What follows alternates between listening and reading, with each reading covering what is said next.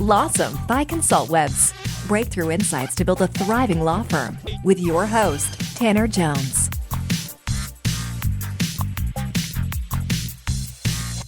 Hello, I'm your host, Tanner Jones, and welcome to the Lawsome Podcast by Consultwebs. Today on our show, I'm speaking with Magnus Simonarson. Magnus is the president of Consultwebs, and he's been with the company for over 2 decades. Our conversation today will be focused on lessons learned from leading a team of over 100 people through an unexpected global pandemic. Magnus will talk about lessons he learned and how to apply those lessons as a business leader in the legal profession. Magnus, we're so happy to have you on the show today. Welcome. Thank you, Tanner. Good to be here. Good deal. Well, let's jump right in. I'd like to start by asking you to give us a quick recap of where things were at the beginning of 2020 for Consultwebs. Sure. 2020. That was we had a great 2019. We were super motivated when we all got together in January of 2020. 2020 was going to be the year for us. We had good plans. I remember sitting with you in January and February as you were outlining all the conferences that we were going to attend, how we were going to structure that, and there was a good excitement. We were motivated, and the economy was good. Everything looked pretty good at that point, and it was a decent first January and February, and we were on a pretty good pace. No question about that. And I think that's where naturally we lead right into ultimately how was the Consultwebs team impacted as the headlines broke in February and March around coronavirus and the global pandemic. Yeah, I remember particularly in February when we first in obviously in January, and then but more so in February when the headlines broke out about what was happening in China and how potentially that could lead into this spreading around here. There was a lot of fear being posted on social media. I remember just myself reading things that were super nerve-wracking. You thought, okay, this is isolated to China. This is not going to happen. This is not going to spread out here. And then as we started getting news about outbreaks and things of that nature, you could see a lot of fear within our team because this was very unknown to us. People were stocking up on the typical stuff, toilet paper and that kind of stuff. But how we were impacted was just I could sense the worry in our team. We spoke about it a little bit in our leadership meetings, but at that point we didn't necessarily scale it out to our team. It was more just hey, this is happening. But most people were thinking, this is just going to blow over like anything else. This is just panic, and there's nothing to really worry about until obviously later on when things happen and things went into a lockdown. Well, there were so many unknowns, as you said, and you're right. We had the influences of social media, of other news channels, fear mongering, if you will, at that point, and it was extremely difficult. And I know for our listeners, mostly law firm marketers, significant unknown ahead. We're looking at how do you even plan accordingly when you don't necessarily know the true impact. And law firms, depending on the different practice area verticals, obviously the same questions going through their minds. How is this going to impact the legal profession and our business, and what do we need to do to prepare? So I'm curious, from your standpoint, what was going through your mind as it became clear what was happening, that there was truly going to be a full shutdown across the country? It's a good question. I remember, and there was a quote that you say often: control the controllables. And there's things in your life that you can't control. And I remember in the morning, getting up, doing what I do in the morning, making my coffee, and walking upstairs to my office. And those 27 steps that I take in the morning, just thinking, today you have no idea what's going to happen. You will deal with it the best you can. But there are so many unknowns right now that there is no need to stress about it. And by the time I got to up those 24, 27 flights of stairs, you just relaxed a little bit and just understood, hey, this is real. This is happening. Deal with it. And don't stress too much about it, because there are so many things that are outside of your control The only thing we can control is how we respond to it, how we communicate to our team, what we can do internally on kind of how to deal with that. But really, the first thoughts was just, it is what it is, and you can't control it. There's so much wisdom in that, and I think you talked about what we did to respond, and I want to get to that in just a moment. But I do want to take a moment to highlight, as a leader, and regardless of what industry or business you're leading, challenges are going to come. That's just the nature of a successful business, is that you're going to run into challenges, and as leaders, we look to overcome those challenges. But I think it's so important to focus on what you said, and that is you have to realize, you have to separate feelings and emotion from reality. And the whole concept of controlling the controllables, in this instance, we really didn't have all the answers. No one truly had all the answers. And we can all get so lost in our own minds and fear and the unknown. And that ultimately paralyzes good decision making, good logical, assessment of the situation and looking to overcome that. And I saw you do that as a leader, and that's something that I believe, hindsight's 20/20 naturally, but I believe those early steps that we took in looking to kind of remove the clutter, remove the noise, and look at the facts, look what's ahead of us, that's ultimately what positioned us to make the best decision for the business. And that's something that, as a good leader in all industries and all businesses, we have to be able to separate ourselves from those emotions and clear our minds so that we can make the best decisions. But what I'd like to lead into, Magnus, is what you mentioned is, how did you respond as a leader in moving the company forward at that time, particularly when things felt like they were just totally unfolding in that moment? Yeah. So something that we had talked about in leadership way before this is being the buffalo. And we have a lot of business mentors that we speak to on a regular basis who were tremendous help. And as a matter of fact, I have a little rubber buffalo on my desk from the C12 group. And they have been talking about this. Some of our other leadership mentors, like Chris and Joel from the Pullman group, have talked about this. Be the buffalo. So the buffalo, when there's a storm, the buffalo goes towards the storm to get the storm over with. When the cows go the opposite, they go the same direction as the clouds come in.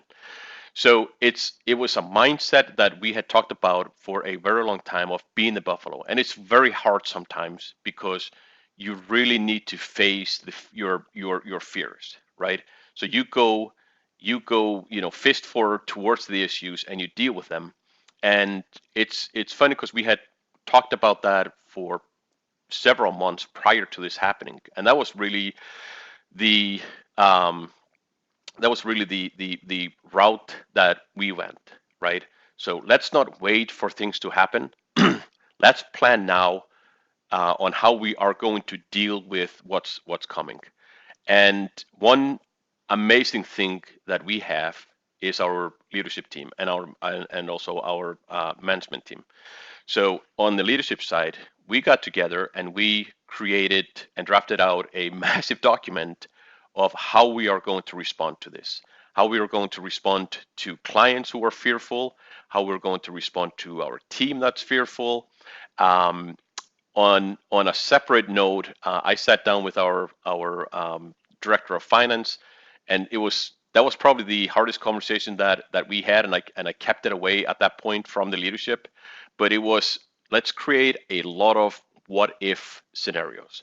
What if this happens? What if we lose this much business? What if we lose this much business? And we drafted down what we would do as a company to, first of all, protect our clients and our team, and then not as important, but important nevertheless, to protect our finances, right? How far can we go without having this impact? Having our team impacted by whatever could happen, right? So we created a pretty big document to see what we can cut out, what we can slow down on. We put on a hiring freeze, for example, obviously. So the reason for that was to create these what ifs before they would potentially happen. So we didn't have to do that in a panic. We could do it, in in a slight panic because this was happening, but it hadn't happened. So it's a lot easier to plan, your kind of rescue packets before you need to be rescued. That was very uncomfortable, but again, being a Buffalo, that's something that we had to do. Thankfully, we didn't have to execute anything on that, and that was amazing. But it's still on my desk, and it's something that I look on.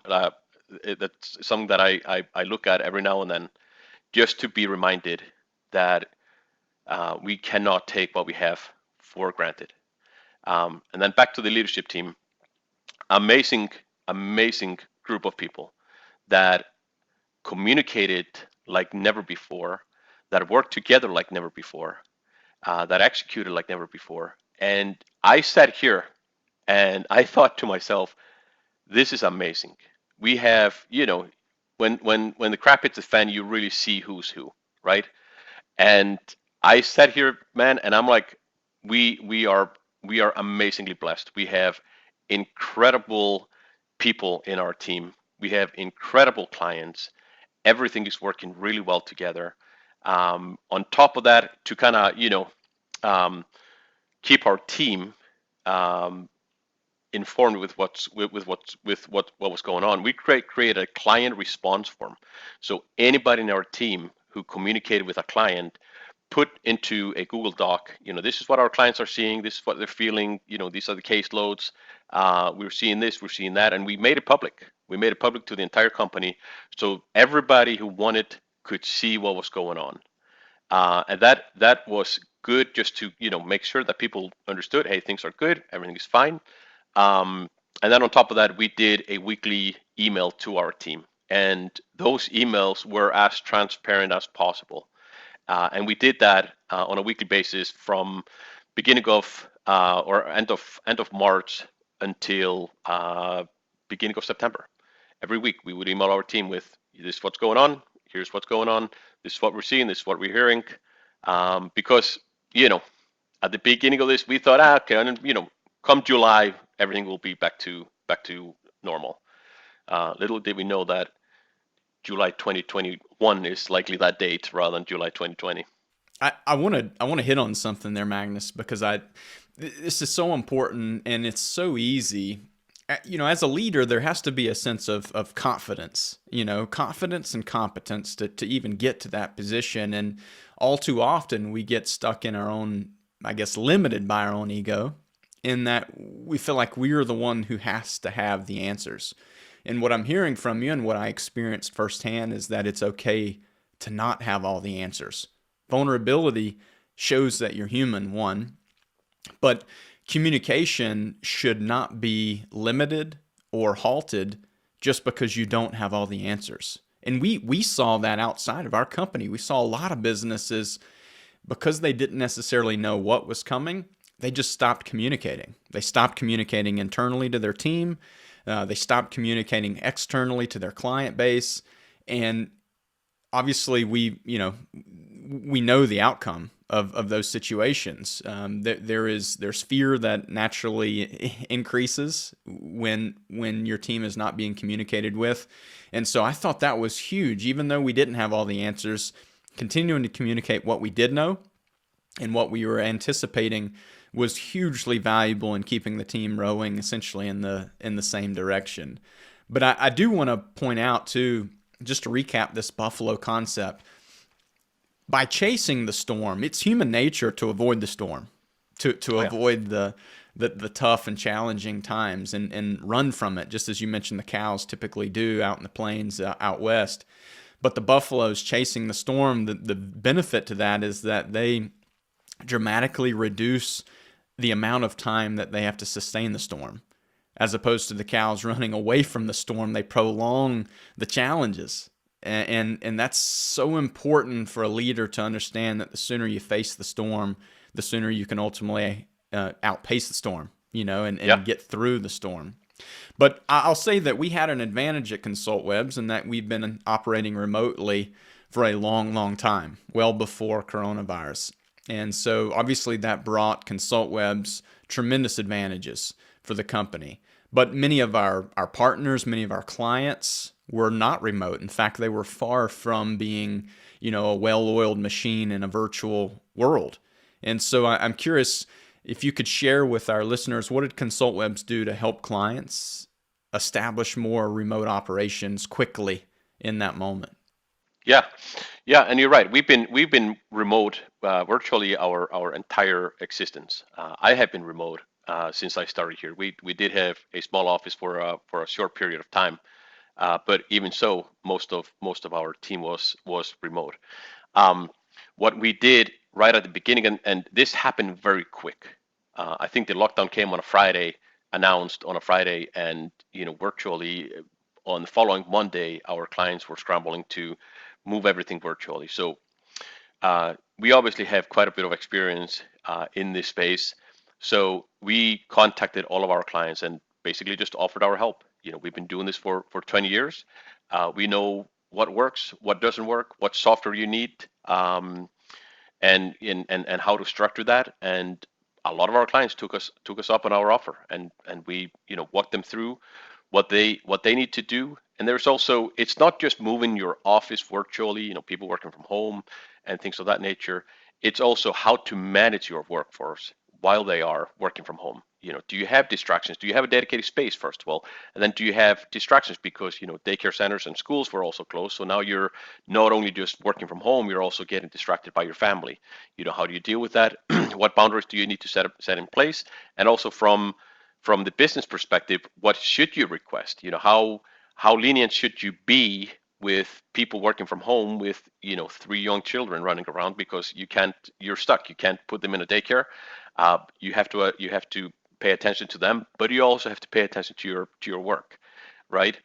So there was a lot of guidance that we gave our clients. It was very, very well received, and it just felt good that we were able to help, outside of what we normally do in terms of marketing. And that's a big piece that I think is worth stressing. For Consultwebs has built a tremendous reputation around helping law firms attract cases online, and using various marketing strategies to do that. Helping law firms establish remote operations has never, and likely will never, be a core competency or service offering of Consultwebs. However, in that moment, it was an opportunity to add value to the relationships, to help clients through that situation. Again, even though it was not a core competency. And I, looking back, that was one of the best decisions we made. We were experts in that area, even though it wasn't a service, even though we weren't making any money whatsoever off of that. We knew it was a way that we could help in that moment.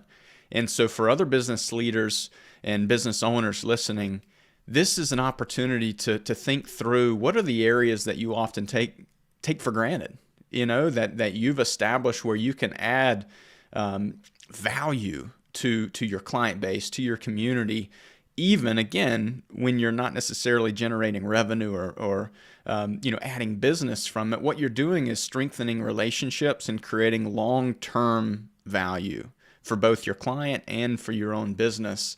And you can't measure that. You can't measure return on time or return on investment there. But looking back, again, that was one of the best decisions I experienced Consultwebs make. I do think that it's important when you care for your clients that you don't always just focus on the revenue side. And I mean, this was the beginning of a pandemic that doesn't happen, thankfully doesn't happen very often. And it showed that our team and we cared for our clients just like our clients cared for our team. I agree. And Magnus, a few moments ago, you touched on just the distractions and really the stressors that arise in trying to work from home. With families having children at home, daycare centers shut down, many public schools and other schools shut down. A perfect segue is into the mental health concept. Mental health has been in the headlines a lot recently. We've all likely experienced some level of this, whether personally or through friends or family members, and seeing the weight that this pandemic has brought on so many families. How do you see these concerns, or how did you see these concerns impact the Consultwebs team in that moment? And an even more important question is, what did Consultwebs do to help support team members through the crisis? Yeah. I wish we could have just told the team stop watching the news channels. That would that would have saved a lot of headaches, I think, because there was nothing positive there, right? But we can't do that. So we put a large focus on mental health. Like I said, we started sharing a lot with our team just to put them at ease that everything's fine here. They don't have to worry about their jobs. The last thing we wanted them to worry about was, do I have a job tomorrow? So we were transparent with all of that, and things were going just fine for us, and we communicated that to the team. But also, if there was something bad, we communicated that as well. We put more effort into, like I said, the communication part, meetings, town hall meetings, just to talk through things. We called team members just to check in to see how they were doing. We put together some games. Many teams we have put together, like just a casual office hours. They would join on Zoom and just drink coffee or whatever. At the end of the work week, just to chill out and kind of hang out. Like I said, we also put together some games and got the whole team kind of involved with doing some fun things. We also made sure that our team understood what we have in terms of our benefits with counseling and stress management and things of that nature. And on top of that, we gave away an extra vacation day. So everybody at the end of May, we gave everybody a 4-day weekend, which was very well received. And at the end of May, having worked through mid-March until end of May, we were pretty stressed out. Worked really hard, and it was very, very well received that everybody got a 4-day weekend. I remember in particular mine, it was good. It was just good to disconnect and not have to worry about work. And the team felt the same, which was very helpful and beneficial. And I experienced that too. The power of spontaneous gifts or spontaneous blessings to the team. That's a powerful concept that I believe is largely underutilized in today's business world. There's so much hunger and just a drive to keep going. But at the end of the day, mental health is a real thing, and we've all been taxed with this pandemic. And so just the value, that surprise, it was even surprising to me as a leader here at Consultwebs to, that we were going to give an extra day off, a 4-day weekend. We saw team members come back revitalized, full of energy, and it was obviously a great decision looking back. So that's something I think leaders can take away, is look for those spontaneous gifts, those spontaneous perks that you can pass down to your team in times of good and in times of bad. Absolutely.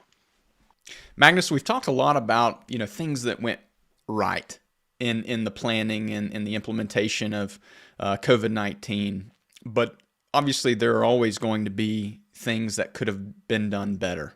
As mentioned earlier, hindsight is always 20/20 and looking back. So I'm really curious to dive into anything that the company did in response to COVID-19 that you would change or do differently now that you've had the opportunity to live it out and experience it? Definitely. I think as we gain more knowledge, there is always things that you can look back on and say to yourself, we could have done this a little bit better. And I think one particular, and there's many, but one particular example comes to mind. We put a hiring freeze. We were growing, but we didn't know what was going to happen, right? So we put on a hiring freeze, and the team understood that, obviously. But during the pandemic, we continued growing, And I had told the team, hey, there's a hiring freeze until August 1st. What I really should have done is, rather than August 1st say, hey, the hiring freeze has been lifted, was to recognize the need for our own expansion a little sooner. And even if it was lifted on the 1st, hiring takes a long time. So at the beginning of July or mid-June, we should have started planning a little bit better, or I should have started planning a little bit better with, okay, here are our needs. Yes, we are not out of the panic. We don't know what the future is going to be, but we have these needs. And even though August 1st comes and we can start bringing more people into our team, my biggest mistake was not recognizing that hiring takes a long time, and we could have opened up the floodgates for getting resumes and interviews and all of that much sooner. So August 1st, when we ended our hiring freeze, literally somebody, we could have had 5 people on August 1st join us, rather than being too slow there and started interviewing in the beginning of August, which then resulted that end of August, beginning of September, we got these helping hands joining our team, which essentially would have been better had they joined us a few weeks earlier.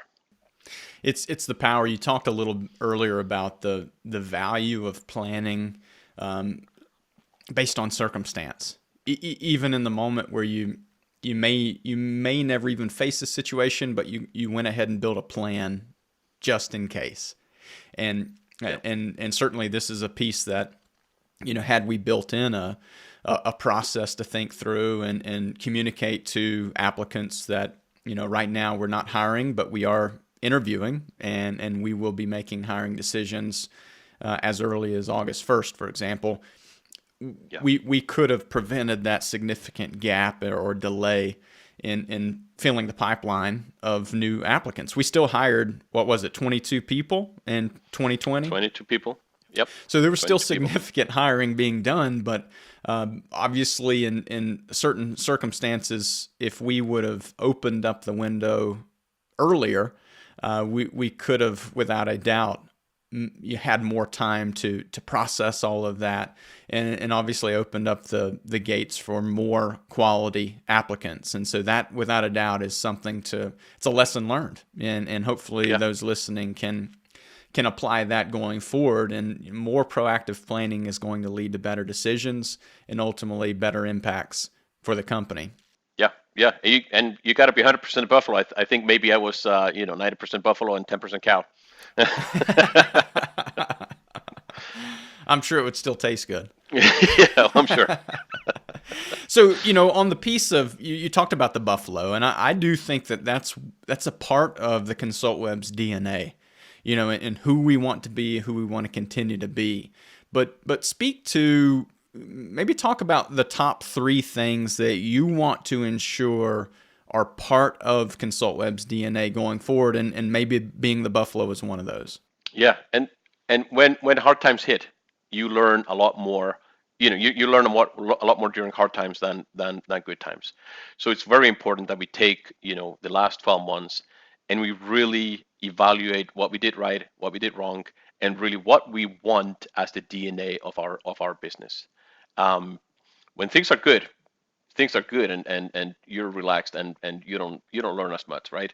So I think the biggest thing here that I want us to focus on as a business is what you said: be the buffalo. Don't be afraid of challenges, and as a matter of fact, embrace them, because they really make us stronger. We saw better communication, we saw better teamwork, everything improved. We saw better processes. We hiring people to be dedicated to processes. Be the buffalo. I mean, that is really what your main DNA has to be, and it helps. And things are better because of that. The other piece is communication.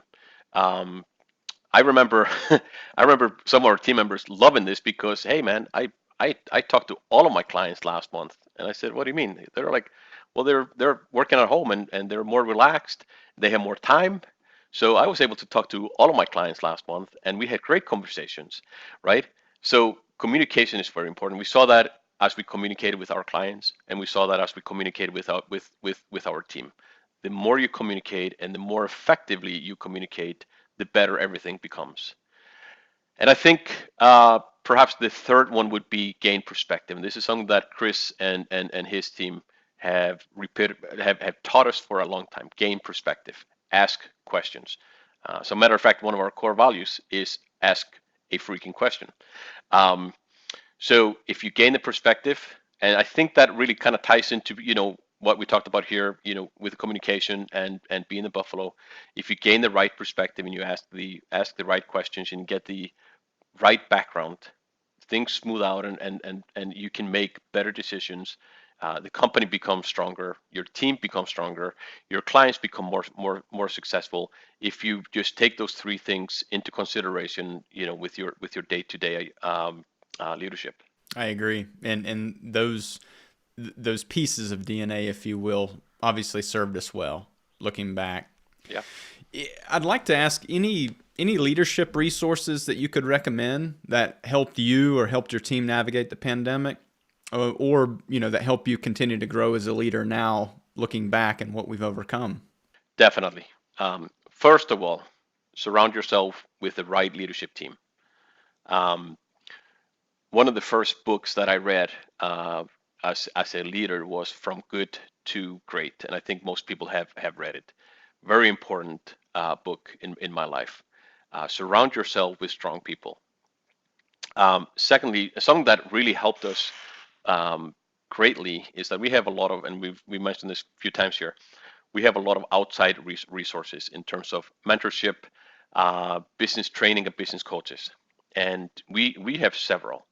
Um, those resources are helpful because they are not in your business, you know, 12 hours per per per day.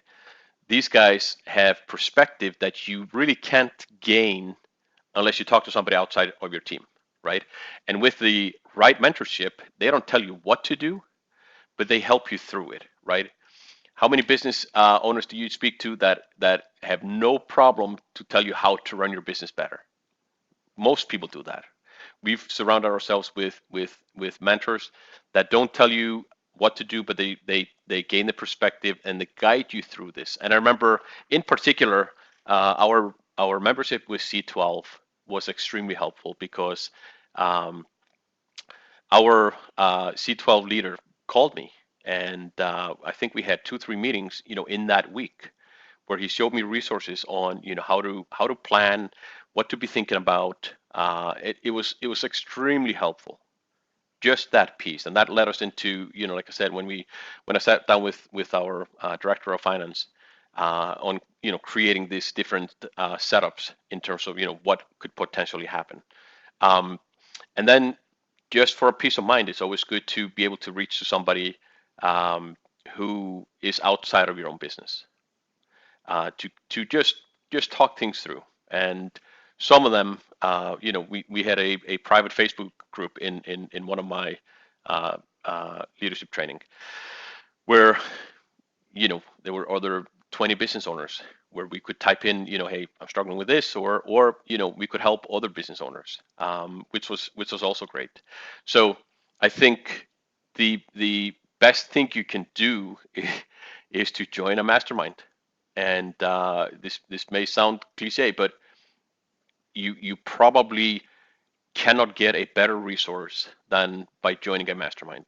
And all of our entire leadership team and our entire management team are in mastermind groups, and that is extremely helpful. Being able to talk to other business owners, even if they run businesses that are totally opposite to your business, right? They still can help you to gain perspective on what you need. So that would be my biggest recommendation here: masterminds, and surround yourself with smart, good people. Thank you so much, Magnus. Tons of great resources there for our listeners. I'd like to leave you with one question here, and hopefully we can cover really the specifics on action steps. Those who are listening, there have been a lot of good what I believe are more philosophical concepts when it comes to facing challenges as a business leader. But what are some actionable steps that our listeners can take when it comes to this whole concept of facing challenges, or really where the state of the society is after COVID-19 has passed? Well, whether we like it or not, the world has changed. And I think we will have a permanent change, at least for a long time. And that is in terms of how people view their location. Everything is virtual. Everything is remote, right? Even if people go into an office again, and they will start traveling again, the mind shift is now, I don't have to deal with just somebody who's in my zip code, right? And we've talked to a lot of clients lately who are getting cases all around their state. They're no longer just limited to, their location, which has opened up a lot of doors for a lot of clients when it comes to, thinking a little bigger. You could have a small office in a small town, but people now don't really care where you are. They just want the best service. And I think that's something that we are going to see more and more and more of. You want the best service. You probably want to do it more remote. You don't have to drive anymore to somebody's office. So I think the legal community, and I think everybody's done a really good job of this, but embrace that change. Allow people to connect to you with whatever they need. On the software side, don't limit yourself just to Zoom, right? There's tons of software. Operate your entire organization to be open to whatever your customer needs in terms of technology, right? And understand that you're no longer limited to your town or zip code, right? You can accept cases from all around the state, and people are going to look for the best lawyer with the best service, the best results, and that I think that is going to be the biggest change that we are seeing. So the advice is plan for it. Thank you so much, Magnus. I would agree. The action steps of just being able to adjust to your client base. What are their needs? How are they responding? And continuing to adjust messaging on your website, messaging when people call in to reflect that you have adapted in this moment. That's ultimately going to remove the friction and help firms grow. Absolutely. Magnus, thank you so much for taking time to join us on this. This has been tremendously helpful. Thank you. This was great. Appreciate this.